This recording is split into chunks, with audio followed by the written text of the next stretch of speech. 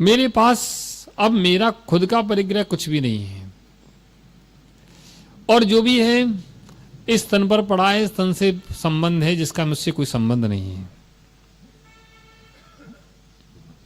मैंने दुकान पर नहीं जाते हूं कि नहीं, दुकान पर नहीं जाते, बस बच्चा खाना खाने घर आता है उतनी देर के लिए दुकान पर बैठता हूं, मैं अपने स्वाध्याय अपने ज्ञान ध्यान में लगा रहता हूं। बताओ मुनि बन गए क्या है? क्यों? एक बार भोजन करते हैं, 3 टाइम सामय करते हैं, 2 बार प्रतिक्रमण करते हैं, 4 बार स्वाध्याय करते हैं,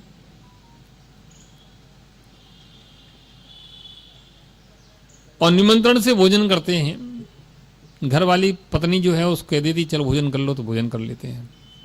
वो जब तक वो नहीं बोलती तब तक नहीं करते हैं। तो बताओ मुनि बने कि नहीं बने? ओह प्यारे बंधो, मैंने कहा बहुत बड़ी दृष्टि में भूल है, बहुत बड़ी भूल है, अंतरंग में बहुत बड़ी भूल बैठी है। जब तक भूल नहीं सुधरेगी तब तक काम नहीं बनेगा। पहले अंतरंग की भूल सुधारना पड़ेगी। मैंने कहा कि एक बात बताओ,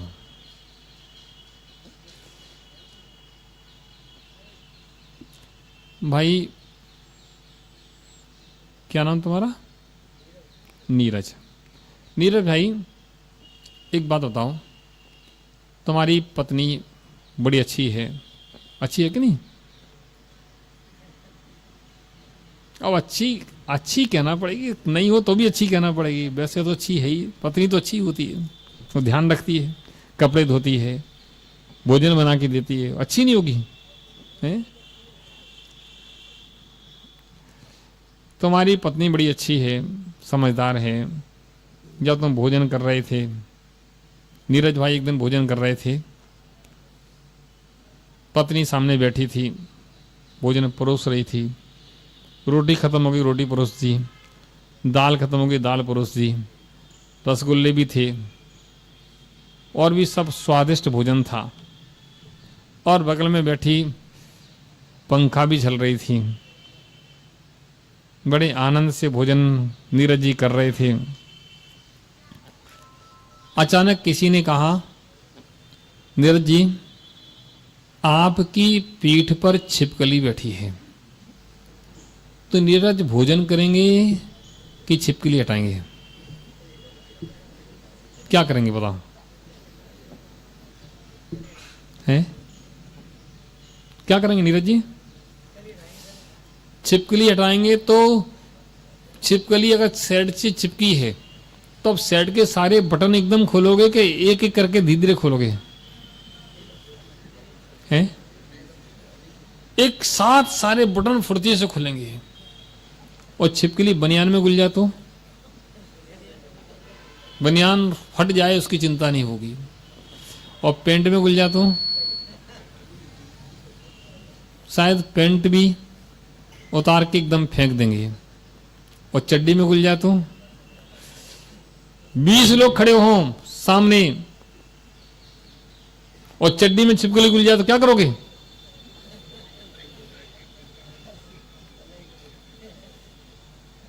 ओह प्यारे बंधु, जिसको संसार से भय उत्पन्न हो जाता है, जिसको संसार से भय उत्पन्न हो जाता है, वो संसार में रह कैसे रहा है? वो रह रहा है, इसका मतलब उसको संसार से भय नहीं हुआ है, या उसने समझा नहीं है, अभी मदहोश है। जिसको संसार से भय उत्पन्न हो जाता है, एक क्षण भी संसार में रह नहीं सकता है, एक क्षण भी उसके लिए रहना बहुत कठिन होता है।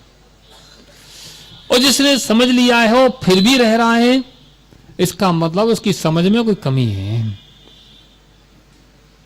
जब छिपकली से भय तुम्हारे लिए इतना लग सकता है कि आप किसी की परवाह नहीं करते, आपको स्वादिष्ट भोजन भी नहीं रुच रहा है, पत्नी पंखा जल रही है वो भी तुम्हें नहीं रुच रहा है, स्वादिष्ट भोजन रखा वो भी नहीं रुच रहा है, और 20 लोग सामने खड़े हैं तब भी तुम्हें शर्म और झिझक नहीं आ रही, आप चड्डी भी उतार के फेंक देते हो।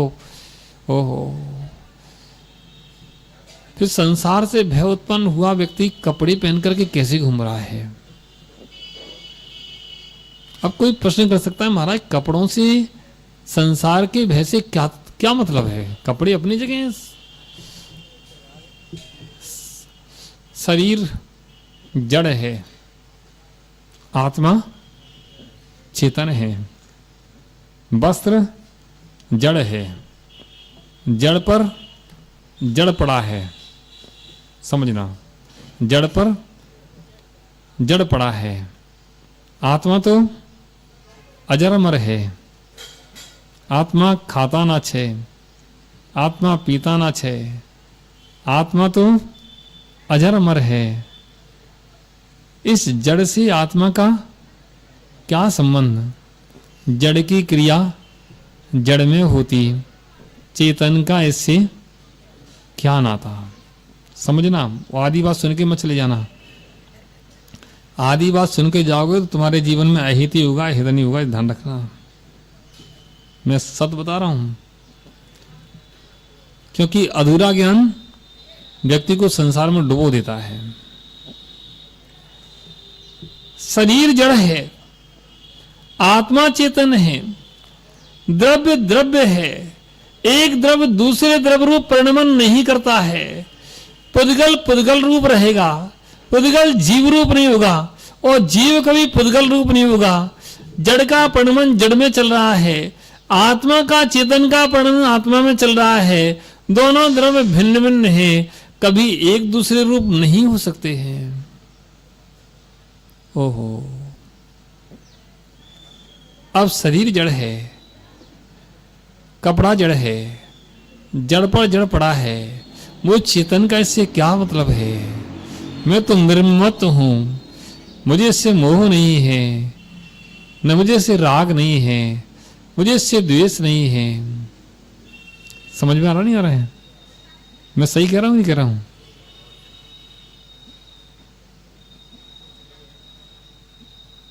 समझना, अभी सही गलत का निर्णय नहीं हुआ है, अभी सही गलत का निर्णय होगा।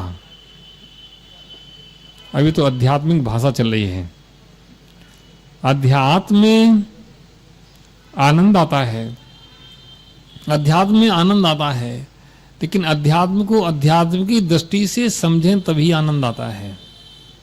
अध्यात्म को व्यवहार की दृष्टि से आप समझोगे तो गड़बड़ हो जाएगा।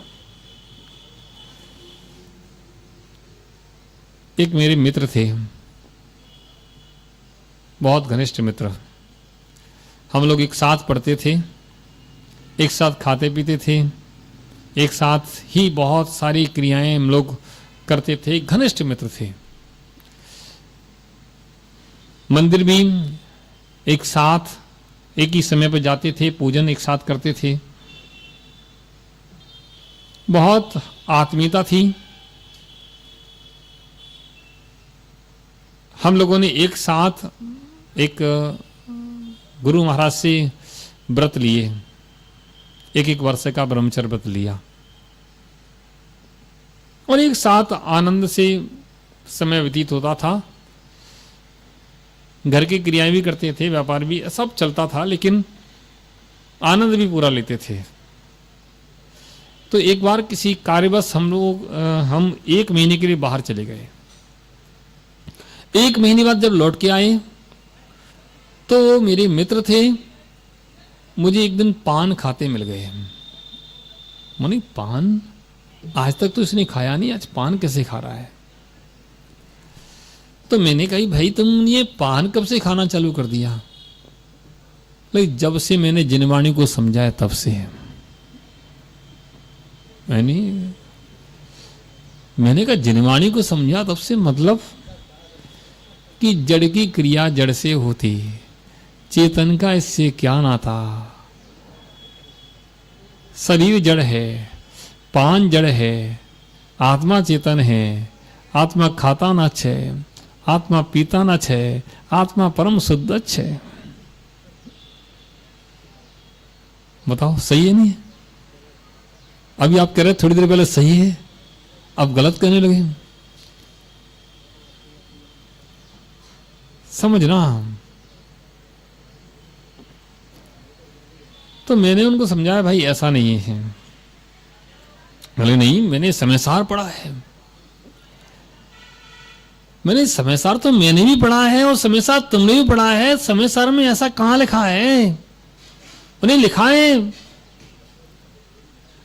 आत्मा तो अजर अमर है।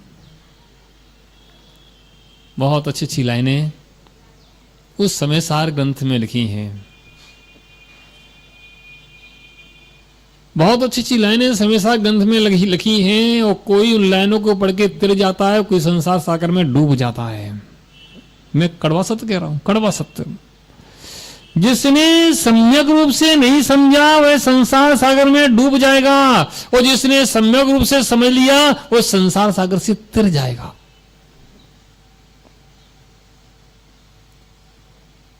मैंने उनको समझाया, लेकिन उनकी समझ में कुछ बात कम आई या नहीं आई। तो हम लोग फिर आप लोग अपनी अपनी लाइन चले गए। 2-4 दिन बाद फिर मिले तो व्यक्ति सिगरेट पीते मिल गए। क्या पी रहे थे? सिगरेट। तो मैंने कहा भाई ये तुम क्या कर रहे हो? बोले कि भाई देखो अब मुझे टोकना मत, मुझे अपने आनंद में रहने दो। आत्मा खाता ना छे, आत्मा पीता ना छे, आत्मा तो परम शुद्ध छे। ये खाना पीना आत्मा का स्वभाव नहीं है। सही है कि नहीं? अब आप लोग असमझ से पड़ गए, ऐसे पड़ गए वो कब क्या उत्तर दें और क्या नहीं दें। फिर बात आई गई हो गई। एक दिन मेरे कुछ ऐसे समझ में आया, चलो घर पे जाके बैठ के चर्चा करते हैं, क्योंकि मित्र तो अपना ही है। अपना कभी भटकता है तो अपने को सुधारना पड़ता है। अपने को ही चर्चा के द्वारा माध्यम बना करके किसी न किसी से चर्चा करके सुधारना पड़ता है। तो मैं एक दिन उनके घर पर गया। घर गया तो वो भोजन कर रहे थे उस समय। तो भोजन में आलू के पराठे और मामला कुछ गड़बड़ था। तो मैंने कहा कि भाई क्या कर रहे हो? क्या भैया भोजन कर लो, तुमने भोजन कर लो, मैं तो नहीं करूंगा तुम्हारे साथ में भोजन। अरे तुम कहां पड़े हो? अभी भोजन करो, बाद में बताएंगे तुम्हें अच्छी अच्छी बात। तो मैंने कहा भाई ऐसी अच्छी बात मुझे नहीं सुनना है, अब तुम पहले फिर बाद में बैठते हैं। फिर बैठे, फिर चर्चा हुई। 2 घंटे चर्चा हुई। 2 घंटे चर्चा के बाद भी कोई रस नहीं निकला। रस यही निकला कि वो अपनी बात पर अड़े रहे और हम अपनी बात पर अड़े रहे। उसके बाद मैंने सोचा अब रस निकलना नहीं है, अब रस दूसरी तरीके से निकालना पड़ेगा। मैंने कहा तुम जीते हमारे। आत्मा खाता नहीं है, आत्मा पीता नहीं है, आत्मा परम शुद्ध है। ये सब जड़ की क्रियाएं हैं, जड़ में चल रही हैं। आत्मा का इससे कोई नाता नहीं। बिल्कुल सही बात है। आज मैं इस बात को तुम्हारी बात से स्वीकार कर लेता हूं। अब मैं तुम्हारी बात के अनुसार ही चलूंगा, कोई बात नहीं। तुम सही कहते हो, बस एक काम छोटा सा मेरा कर देना। बोले क्या? कि आज तुम आत्मा तो खाता नहीं है, आज तुम थोड़ा बाजार से जहर ले आना और खा लेना। क्या लाना? जहर। और मैं बात कह के चला आया। मैं आ गया वापस अपने घर। 2 दिन 4 दिन निकले। 4-5 दिन बाद रात को 11:30 बजे या 12 बजे लगभग, बिल्कुल सत्य घटना बता रहे हैं हम, ये बनावटी नहीं है। रात को 11:30-12 बजे एक व्यक्ति मेरे घर आए। उस समय मोबाइल नहीं चलते थे, 2000 पहले की बात है। तो वो आए कि आपके मित्र ने जहर खा लिया और हॉस्पिटल में भर्ती, आपको बुला रहे हैं। मैं तो घबरा गया, क्या हुआ भाई, कौन? तो पता पड़ा वही सज्जन थे। मैं दौड़ करके हॉस्पिटल पहुंचा, रात में भाई सोने का समय, और दौड़ कर पहुंचा हॉस्पिटल तो हॉस्पिटल पड़े थे, बोले बचाओ बचाओ। मैंने क्या हुआ? उन्हें मैंने जहर खा लिया, मुझे बचाओ। मैंने कहा आत्मा खाता ना छे, आत्मा पीता ना छे, आत्मा परम शुद्ध छे। बोले ये बात बाद में करना, पहले मुझे बचाओ। बोले आत्मा तो अजर। बोले भाई ये बात बाद में करना, मैंने समय सार में लिखा है कोई मरता ही नहीं है तो बचाऊं किसको? और आत्मा खाती नहीं तो मर रहा कौन, मरेगा कौन? कौन मरेगा, कौन बचेगा? भाई अब तुम्हें चिंतन करना चाहिए, आत्मा तो अजर अमर है। अब तुम जिनवाणी के समय सार के लयन का चिंतन करो, आत्मा अजर है, आत्मा मरता नहीं है। अब संकलेश परिणाम मत करना। अब संकलेश प्रणाम करोगे तो तुम दुर्गति के पात्र हो जाओगे। अब समय सार के नयन का चिंतन करो। ये मेरा स्वभाव नहीं है, मेरा स्वभाव तो अजर अमर है। प्यारे बंधु, कुछ समझ में आया? समय सार तुम्हें कहां पहुंचाना चाहता है, वो तुम कहां पहुंच जाते हो। समय सार कहां पहुंचाना चाहता है, नियम सार कहां पहुंचाना है। नियम सार लोग कम पढ़ते हो, समय सार पहले पढ़ लेते हैं। उन्हीं आचार्य कुंदकुंद स्वामी ने नियम सार लिखा है, उन्हीं आचार्य कुंदकुंद स्वामी ने समय सार लिखा है। पहले नियम सार तो पढ़ लो, फिर समय सार पढ़ो। अगर नियम सार पढ़ने के बाद जो समय सार पढ़ेगा तो हो सकता है वह ना भटके, लेकिन नियम सार पढ़ते नहीं और समय सार पढ़ लेते हैं और आदमी भटक जाते हैं। प्यारे बंधुओं, व्यवहार की भाषा व्यवहार का काम देती है और निश्चय की भाषा निश्चय का काम देती है। निश्चय निश्चय है, व्यवहार व्यवहार है। व्यवहार निश्चय नहीं होता है और निश्चय व्यवहार नहीं होता है। प्यारे बंधुओं, बहुत हम लोग जब देखते हैं कि कैसे हमारे लोग मीठी मीठी बातों में आ जाते हैं, उस घी में थोड़ा डालडा मिला करके बेच दिया जाता है और लोग बेच लेते हैं और लोग खरीद लेते हैं। नहीं समझ पाते हैं कि वास्तव में जिनवाणी का असली रहस्य क्या है। कपड़े पहनकर ही अपने आप को बहुत बड़ा बैरागी मान लेते हैं। एक सज्जन प्रवचन कर रहे थे और पानी बिसलेरी की बोतल यहां रखी तो समय सा ग्रंथ रखा था। बिसलेरी की बोतल यहां रखी और समयसार ग्रंथ रखा। तो बताओ वो किसका व्याख्यान कर रहे हैं? जिस पे 1 घंटे के लिए प्यास भी सहन नहीं होती है, वो समयसार का क्या व्याख्यान करेगा? क्या उसके मुख से जिनवाणी सुनना चाहिए? मैं तो कहता हूं नहीं। जो आचरण में पालन करे उसके मुख से तो जिनवाणी सुनना श्रेष्ठ है। जो आचरण में पालन नहीं करे, अपने आप से जिनवाणी में मनमानी करे, उससे कभी जिनवाणी मत सुनना। अंतरस के दोषों को जो खोजे, वो अंतरस के दोषों को निकाले, उसके मुख से तो जिनवाणी सुनना। भले ही वह निकाल ना पाए, निकालने के मार्ग पर अग्रसर है, उससे जिनवाणी सुनना तो तुम्हारा कल्याण होगा। और तुम उससे जिनवाणी सुनोगे जो अपने अंतस में दोषों को समाहित किए है, तो तुम्हारी जिनवाणी सुनने का कोई मतलब नहीं है। प्यारे बंधुओं, बहुत कड़वा सच है। मैं जब अपने लोगों को भटकते हुए दिखता हूं तो मुझे लगता है कि कैसे भी इनको कैसे समझाऊं। मन में जहर घोर दिया जाता कि साधुओं के पास जाना ही मत। पंचम काल में साधु होते ही नहीं है। प्यारे बंधुओं, अब क्या करूं? मैं तो यही सोचता हूं, अब इन सबके मिथ्यात्व क्रम का उदय चल रहा है। कोई कुछ नहीं कर सकता है। आदिनाथ स्वामी ने नहीं समझा पाया तो हम क्या समझाएंगे। जब इनके कर्म का उदय मंद पड़ेगा, अपने आप इनको निमित्त मिलेंगे और कोई ना कोई इनकी उपादान शक्ति प्रकट होगी और इनका काम ठीक हो जाएगा। कर्म हो। लेकिन बस इतना जरूर कहता हूं कि जिनवाणी को सुनते रहना, वो संगति ऐसी करना जिस संगति से तुम्हारे जीवन में विकार पैदा ना हो, जिस संगति से तुम्हारा जीवन भटकाव की ओर न जाए, जिस संगति से तुम्हारे जीवन में कहीं जहर ना घुल जाए। कम से कम ट्रेडमार्क तो देखो।